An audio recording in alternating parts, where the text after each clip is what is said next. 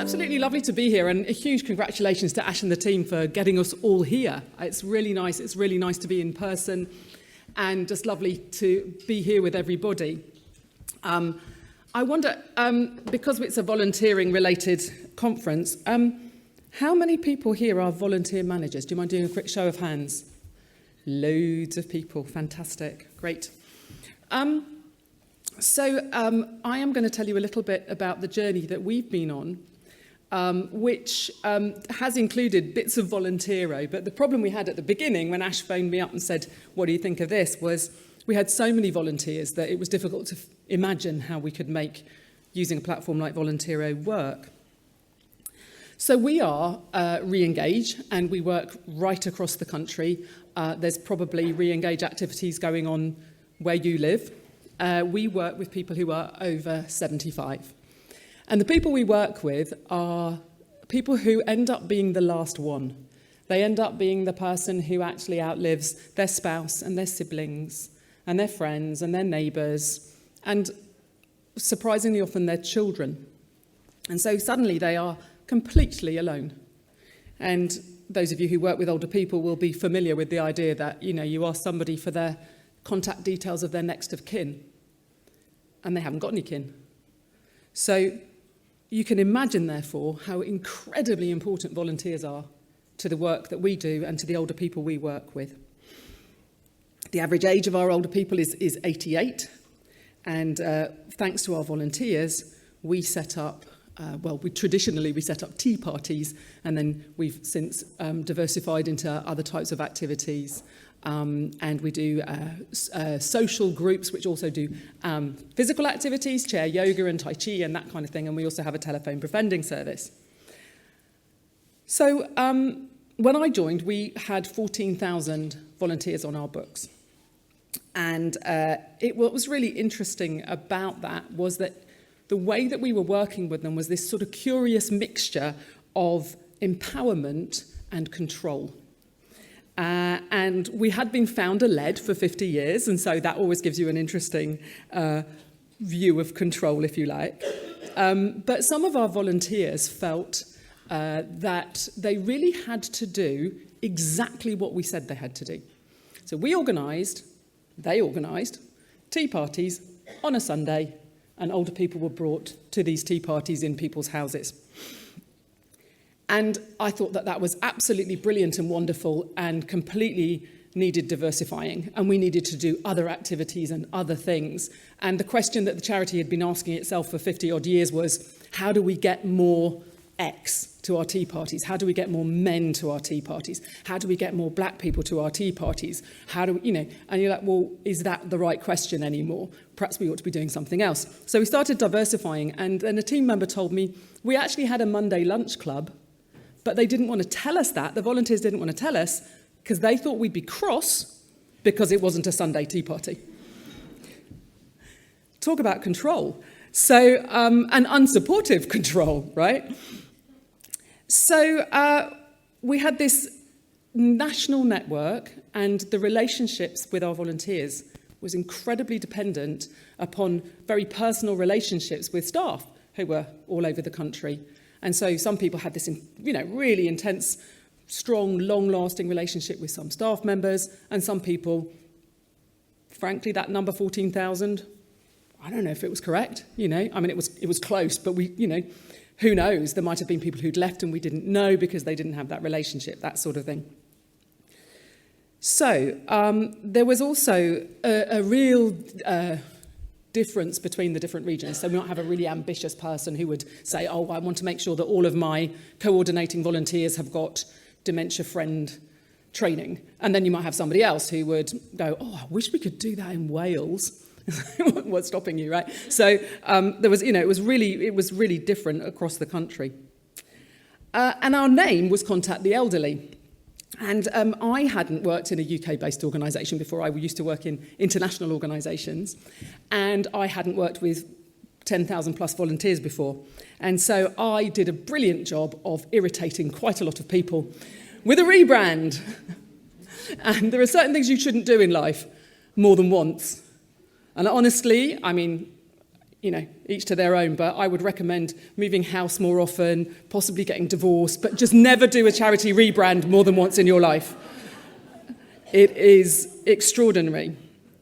And of course, what happens is a small number of people comes out of the woodwork and just goes for you on social media, in letters, everything.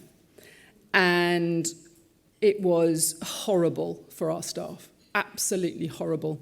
And a really important moment to really try to embed in the team the understanding that there is always a silent majority. And the vast majority of people thought it was either a good thing or were neutral about it, or thought, well, it's your charity, you do what you want, I just care about the older people. And that small number of people just were utterly unkind. So anyway, we got over that. And like I say, so my background was in working internationally. So does anybody here work in any kind of INGO or international development organisation? Fabulous. One. So when you work, as you know, internationally, the concept of sustainability is incredibly important. And fundamentally what that means is you have to have an exit strategy. You don't want to be this, frankly, white saviour going to rescue the world, right? You have to do what you do and then walk away. Everybody has to have an exit strategy. So I had quite an interesting moment when it sort of dawned on me that the entire UK charity sector was not based on that at all. And that concept of building capacity locally and empowering people and then leaving behind something really strong is really missing from lots of parts of the work that we do and frankly, the discussions we have with some of our funders. And I was really shocked when I started working with people who worked around the UK, how many people had changed jobs multiple times because the funding ran out. So this whole concept of sustainability was something that was really interesting to me, and I realised was something that meant something a little bit different to the people that I was now meeting. And so I asked myself, can we achieve sustainability through empowered volunteers? So what we wanted to do really was have a think about whether that was doable, but of course the problem we had was that we weren't sustainable, that we hadn't got sustainability written into our systems and processes, that we couldn't actually do what we were doing without having those relationships that actually did we have 14,000 or was it 12,000? We didn't know. We hadn't got a system that would help us do that. And so in the end, what we really, really had to do was be consistent. And yes, we're a national organisation and we had lots of people across the country and we had thousands of older people and thousands of volunteers, but it works the same whatever size you are. We had to become consistent, and that was the number one important word to us. We had the people taking very, very, very different approaches.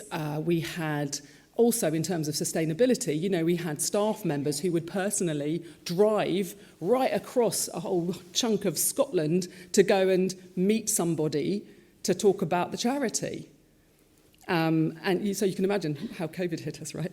And so it was a really interesting moment. We also had people saying, I've got a really good example of that we do in Bristol. And it was just a standard application form or it was messy. I'm not saying otherwise, I hope that very few people would encounter an organisation that was quite so messy, but it was messy and people doing their own thing and, you could do quite amusing searches on our system and find multiple different versions of one thing.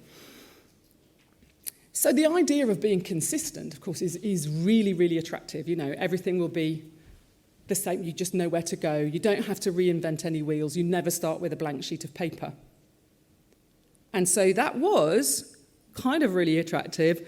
And then, hang on a minute, but I used to really like doing it my way. I quite liked it when we did things differently in Scotland than in Wales. I quite liked it when I wrote my own letters rather than just use a template. So there was a little bit of quite strong culture change that we really had to engage in bringing in this idea of everybody being more consistent. And it was a change, and then some people just didn't like it, actually. But in principle, the vast majority of people were on board. And so what we were able to do was to build our volunteer management. In terms of volunteer management, what we did with this was we built our volunteer management pathway. And I would guess, and I can't go back in time and do this, but I would guess if I had said, write a sentence beginning with the word volunteers, I don't know that everybody would have said this. That they bring skills, experience and knowledge, that they bring energy and excitement, that they increase our community participation, I think they would have said that, and they support us in meeting our strategic goals. So I think they might have said, volunteers ring me up on a Sunday, or, volunteers don't answer my emails when I need them to, or whatever. So we wanted to collect it like this because this was the start of our journey to sustainability. And this was our journey to making sure that actually, rather than being a bit grumpy, we were going to really work towards having consistency and to empower those volunteers so that they could do this really, really well. Because maybe it was us that was stopping us from happening. So I think, this was, it was a big departure for us. It was an opportunity for us to change what we were doing. And on the back of this, we were building a new strategy. And so we had our new strategy signed off on the 29th of January 2020. So we were getting ready to launch, and we'd done all this thinking about the strategy. What are we going to do, and how are we going to do it? And will we be able to diversify within 3 years? And will we be able to bring about all of this consistency within 3 years? Will we be able to have talent right across the country within 3 years? And we did it in about 3 months because we had no choice. And it was the most amazing thing because we'd done the thinking, and therefore we were just forced into this moment where we had to. Everybody worked from home, so the them and us hierarchy issue of having a London office and people working in other parts of the country gone. Everybody was working. We were recruiting people from all across the country into all roles, and everybody was in the same situation, working from home, etc. So it really did sort of help us in that way. So we had this new strategy, and it was all related to the work that we do. So it was called the REACH strategy, and it was R is for reduce loneliness, E was to empower volunteers and staff. Actually, we wanted to amplify the voices of older people, challenge ageism, so all of that, right? And then the last one was the H, which is the harness technology, and that we saw as the real opportunity for us to drive that consistency and make sure that those numbers were right. So what we did was we built a system using Microsoft 365 Dynamics. So we, using sort of something that's already in existence and you can understand, but at the same time, something that was very much bespoke and our own, using Power Apps and Power Automate.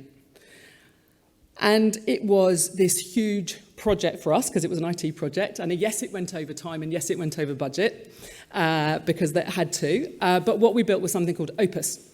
And Opus stands, so we had a competition to name it, and it stands for Older People and Us, Opus. And what we wanted to do was really make sure that we had got everything in the system. And I did a sort of back of envelope with our data analyst the other day, and I said, when under the old system, with our system before, what percentage of our work was in the database? And we reckon it was 30%. Roughly, because people had post-it notes and telephone calls and WhatsApp groups and all sorts of other ways of working with volunteers and ways of holding data and so on. And now it's 100%. If it's not on Opus, it doesn't exist. Opus is there for everybody to use all the time, and everybody works in Opus at all times. And you can't do data entry into Opus. You can only use web forms, so everybody comes in through the website, into the system, and flows through the system so that we've been able to automate a huge number of our processes. And along the way, what we wanted to do was make a commitment. So the latest iteration of our volunteer management pathway says that we commit to communicating, community, so making sure that we want our volunteers to feel completely empowered within their community by providing them with good communications, training, etc. Compliance, because there will always be compliance, and culture. So we want to have a culture which embraces them, and that we build something where we all share the same vision and we have this consistency, but everybody can then do it in their own way, in a sustainable way. So we then had to look at the consistency and how we felt that could then drive scalability. And I actually put the quote up just so that you could see the way that actually consistency works right across the organisation. So this is a quote from an older person who has what we call a call companion, so somebody who rings them. And it says, she phones at the same time every week, and as soon as the phone goes, I know it's her. She's never bored of my life stories. She's always interested in what I have to say. And that's somebody who probably doesn't have anybody else to talk to and probably watches an awful lot of telly and can't really get out of the house. And so having that consistency from that volunteer who is absolutely empowered to sort out with that person when they're going to have the calls and how they're going to do it. Is it Monday or Sunday? I don't care. You know, it's happening, and that's what's important. And so us being able to do that, we could see that if we could do our part in a consistent way, that would lead to scale.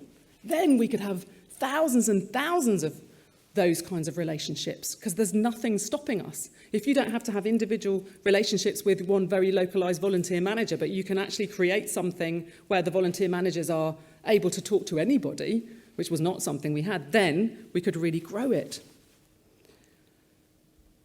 We really, really wanted people to stop reinventing wheels, starting with blank sheets of paper. You know, we really wanted to have this consistent approach just be fundamental to everything that we do. And so now all of our recruitment of volunteers and all of the onboarding is all automated. They apply through the website and on through into our system. And then they have, for the call companions, they have an onboarding call, and that's it. And then they are automatically matched. And then they automatically go into a telephone system, which is all anonymised, so that they can then have their calls. And of course, that sounds awful. It sounds corporate, which is one of the favourite insults that people hurl at people like me. You sound corporate.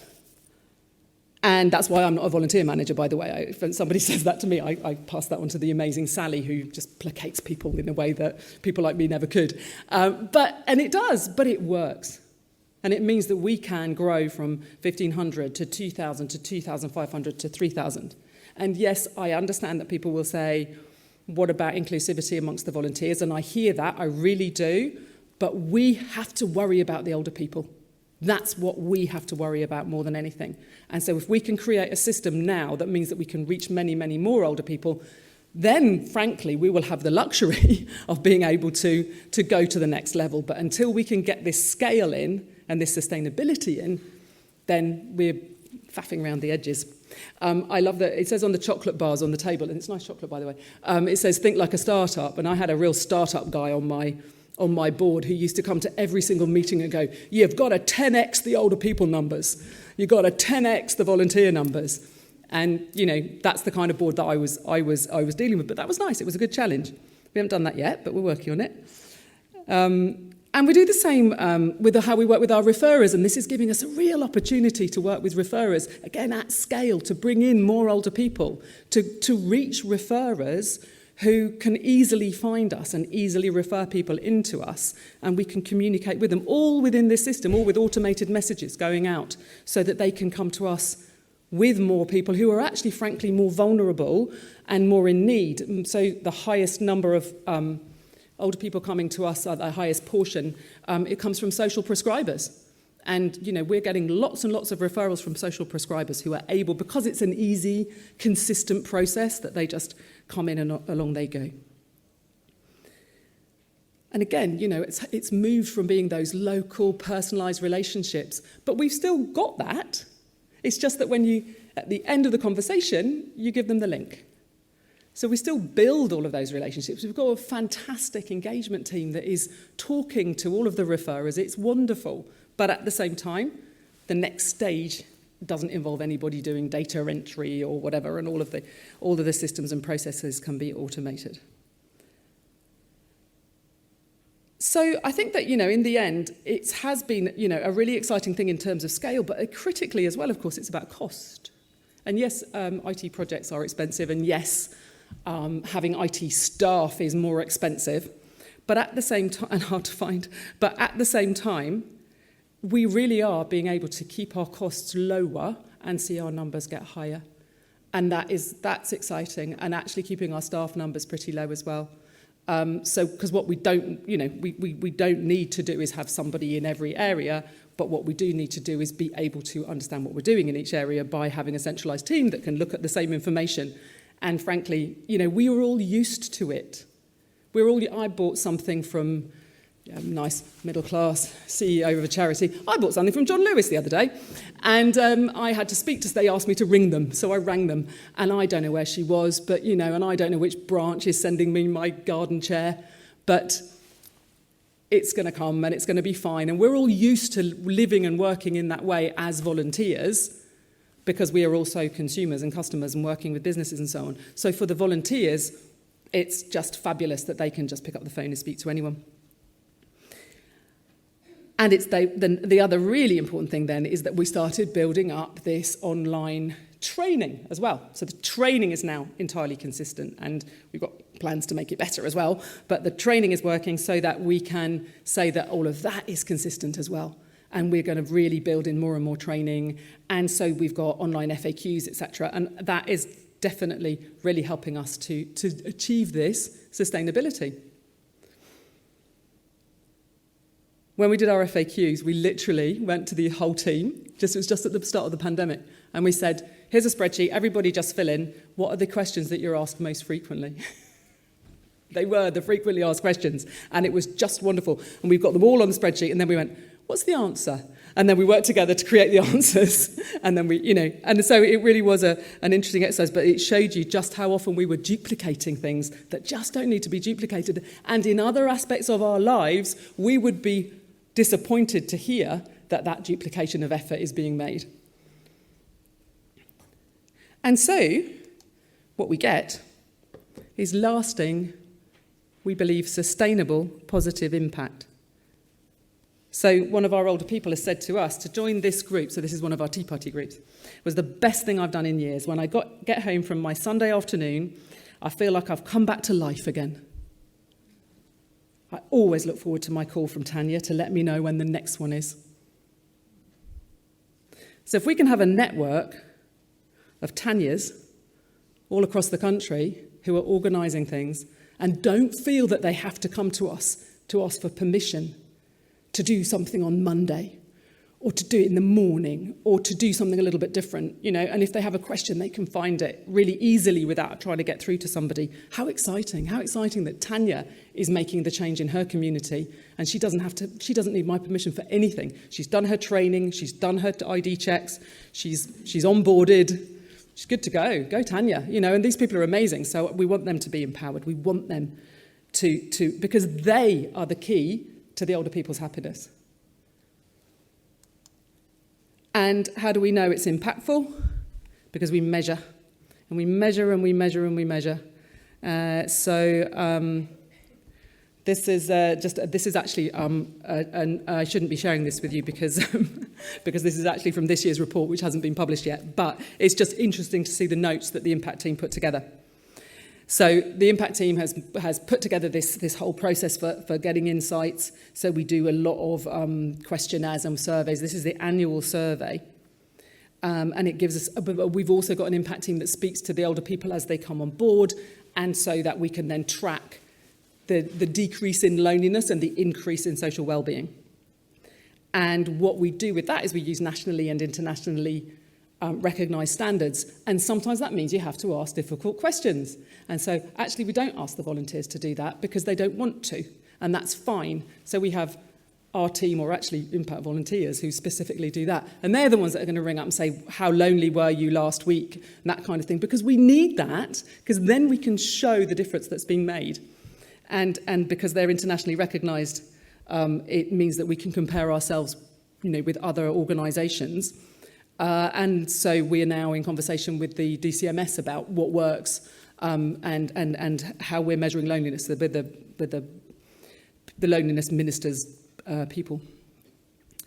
And we get lots and lots of insight by doing this work as well. So we've got an impact team. We send out a regular we've got so our older people, because they haven't got family, they tend not to be online. So there's significantly fewer of them online than the average people over 75, and partly because they're that much older as well, because a lot of them are in their 90s. And so we send them out a piece of paper 3 times a year, and we say, what's on your mind? And they tell us. And it's lovely. Or we ask them a specific question. And so we get loads and loads and loads of wonderful insight as well. And we've got our impact team doing that and making sure that we then tell other people what's on the minds of older people, because it's quite remarkable how people don't really listen to some people who've got a lot to say. And along the way, here we all are, so it sounds like, I'm saying, aren't we marvellous and everything. Along the way, we've had some really, really tough conversations with some of our volunteers, and we have definitely made mistakes. And I think that one of the critical ones was that because every single thing we did was a face-to-face interaction, when COVID hit, it was a bit like furloughing thousands of volunteers. And you know what it was like when you had people, do you remember they used to go off for 3 weeks and then come back? And so sometimes with some bits of furlough, and it was like, how do you keep the communications going, keep everybody engaged if you've got some people furloughed and some people not furloughed and all of that? And it was a bit like that, but with volunteers. And so I don't think that we necessarily were able to do, as much as we could, or that we actually just realised quite how tough that was, and we really did, we tried to keep everybody engaged, but we also felt very vulnerable because we were there, protecting the most vulnerable group of people in COVID. We were working with the over 75s. They were the people who were not safe. So that was a tough time, and I'm not sure that we, if it would happen again, let's hope it doesn't. That I think we could do better, but we did what we could, and actually we did lose some long-standing volunteers, but now we feel really pleased that we've got, because of all of our measurement, we know now that 9 out of 10 of our volunteers are telling us that their experience with us is good or excellent. So I do think that it's been really important for us to keep on asking those questions and measuring and actually responding to feedback. And it wasn't 9 out of 10 last year, and we got we did a telephone campaign to ring around and get information from our volunteers and collate all of the things that they had to say to us and then make changes on the back of that. Again, we wanted to empower them. And perhaps in that kind of furlough period, we found that just too hard. And so we've been able to bring people back on board, and that's just been brilliant. So just on the automation, so as I say, the applications, the checks, the training, all of that's automated. And I genuinely believe that you've got to save the people for the hard bits. Because I don't want to pay people to put things in spreadsheets. Because actually, we've got such hard things to do sometimes, difficult conversations. There's the safeguarding, of course. Understanding the situations when you need a personal touch. We onboard thousands of volunteers and older people every year. And every single older person gets a call from a member of our team, and they can talk for as long as they want. And that's really important that we're not, and so I like paying people to do that. And I like paying people to have those initial calls with the volunteers. And I like paying people to come up with the right language to develop the training. That's what the humans are for. And now we're doing more automations, and so we've got some funding to do a project to improve the volunteer experience. And what we want to do is really improve our communications around lots of different touch points and make sure that what we're doing is going back to people. So it's the sort of abandoned trolley idea that, you got halfway through your volunteer training and then you stopped, probably because Amazon came, because let's be honest, that's what we all do. And so let's, how can we get you back on again? And I'm really excited that we've got people really thinking hard about how often those messages should go and what they should be doing and doing the research on that. And I'm really glad that we've got people to be humble when we have feedback and to listen when they need to. And so I think that, for me, I'm so pleased that we've been through this pain of building this system that can automate the bits that can be automated, and then we can make sure that we've got the most amazing team of human beings that do that really important human caring stuff. And another thing that humans do really well is be ambitious.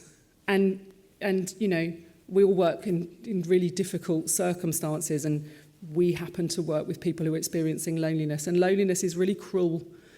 And the population is ageing. I was very moved by the Anne Robson Trust, because a lot of our older people will be the people that will die alone in hospital. So, you know, sometimes we just know that we need to kind of nudge the world into caring, and that actually, if we've got our ambitious teams out there nudging the world, then that means that we could get more and more people involved, and we could go to scale, and we could have sustainability. Because if you can build the systems, and this is what Volunteero knows, then actually it's all about people. And so just to finish, this is a volunteer. He says, I get a lot out of it, because it's quite something to see the smiles on their faces when they get together and talk and eat nice food. I feel like I've achieved something, and it's better than just sitting around playing video games. So thank you very much indeed. I hope you've got questions. Ash, have we got questions?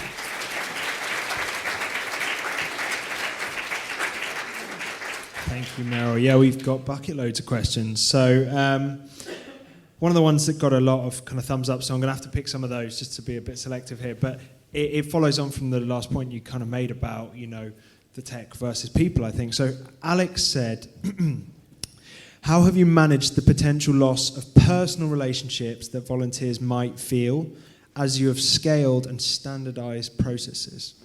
So that's the personal relationships with our staff. Is that right? Alex, is that right? Where's Alex? Yes, thanks. There has been some loss of those personal relationships, and the critical thing for me is the relationship between the volunteer and the older person. And I think that that's the critical thing for the volunteer too.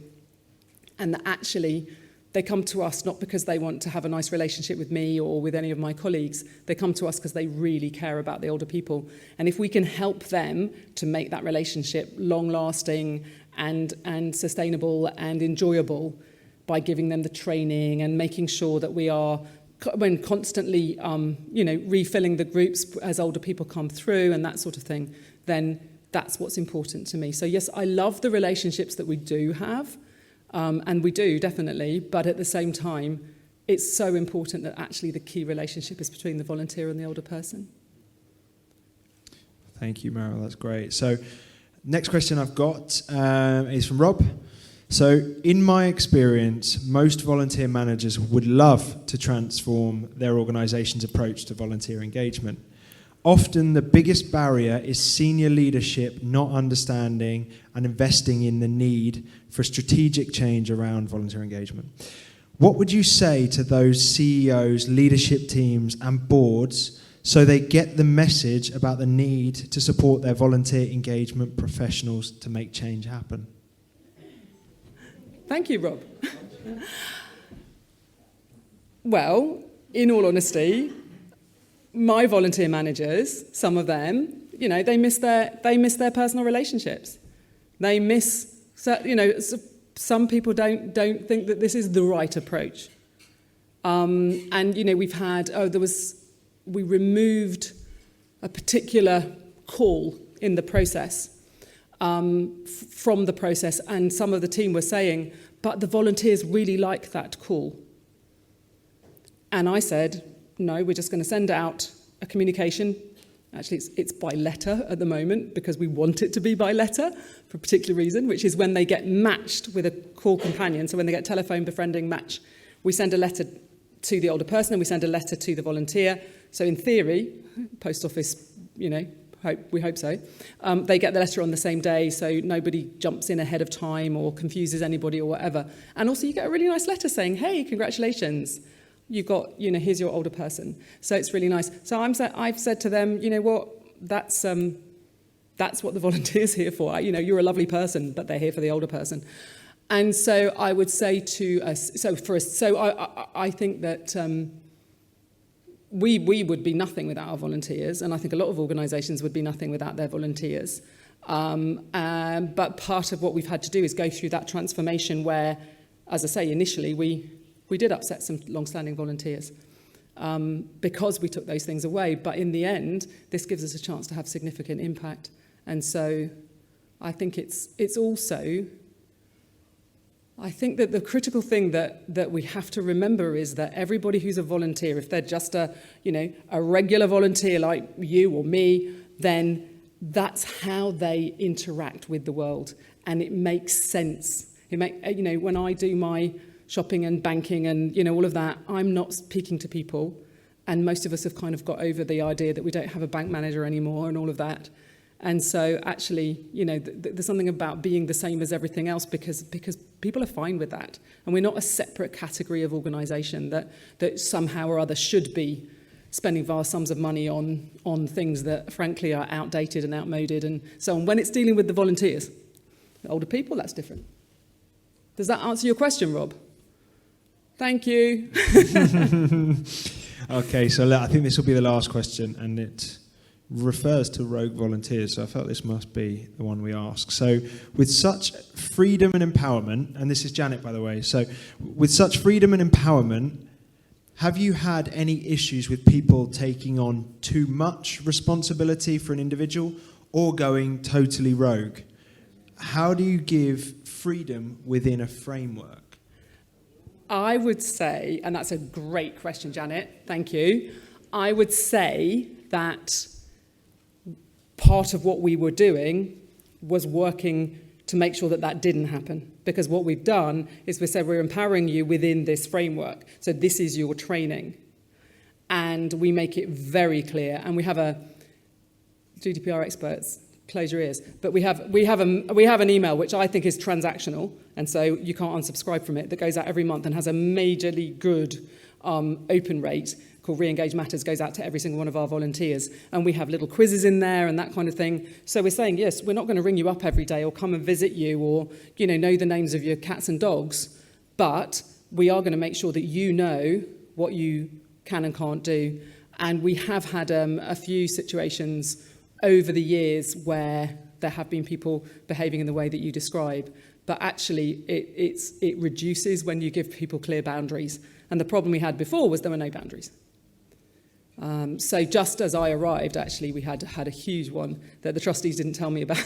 And then on day one, I hear about it from the team. But, we've been dealing, and that was long before all of this. So, yeah, I mean, it's something that you have to deal with. But we've got the systems and the processes and the boundaries in place. And we get lovely Sally, who is lovely, and rings them up and says, excuse me, that's not okay. It was in your training. You ticked to say you read the training. You ticked to say you were, meeting the volunteer agreement. So you can never, ever prevent those things from happening, but you can have policies and processes and conversations ready for when they do. Does that answer your question, Janet? Yes. Oh, good. Okay, thank you. Fantastic. That's all we've got time for, Meryl. Thank you so much. I was going to ask for one more little tiny moment. Oh, yeah, sure. Can I please? I wanted to let you guys know, and I have to say you guys for that, we worry terribly about AI taking away our jobs. And so in the spirit of the young man who spoke to us this morning, I put into ChatGPT, has a small charity, how might I engage with Generation Z?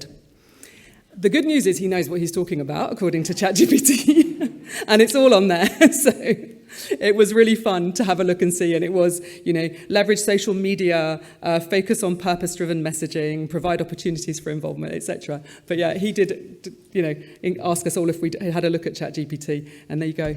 We found out what his job's all about. So, all right, thank you so much. It's been lovely to be with you today.